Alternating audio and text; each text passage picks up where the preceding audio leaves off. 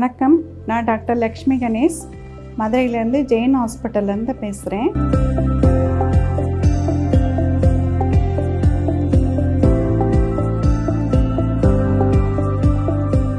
கர்ப்ப காலத்தில் பெண்கள் புறக்கணிக்க கூடாததுன்னா என்னென்ன டாக்டர்?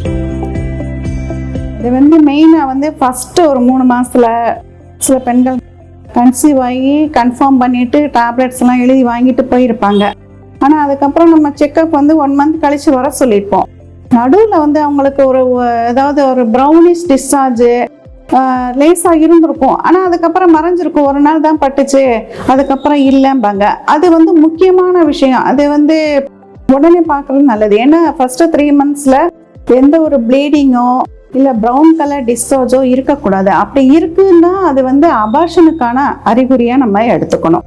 ஸோ எந்த ஒரு தண்ணியாக போச்சுனாலோ இல்லை ரத்த தீட்டு பட்டாலோ இல்லை தீட்டே படாமல் ப்ரௌன் கலரில் அந்த டிஸ்சார்ஜ் பட்டுச்சுனாலோ உடனே நீங்கள் டாக்டரை பார்த்துருங்க. அதுதான் புறக்கணிக்கக்கூடாத விஷயங்கள்னா அதுதான் மெயினாக அந்த இதுதான். இது இப்படித்தான் படும், மாதம் படும் அப்படின்னு நம்ம சாதாரணமாக எடுத்துக்காம உடனே உங்கள் டாக்டரை கன்சல்ட் பண்ணி பேபி எப்படி இருக்குது அப்படிங்கிறத மட்டும் தெளிவுபடுத்திக்கோங்க.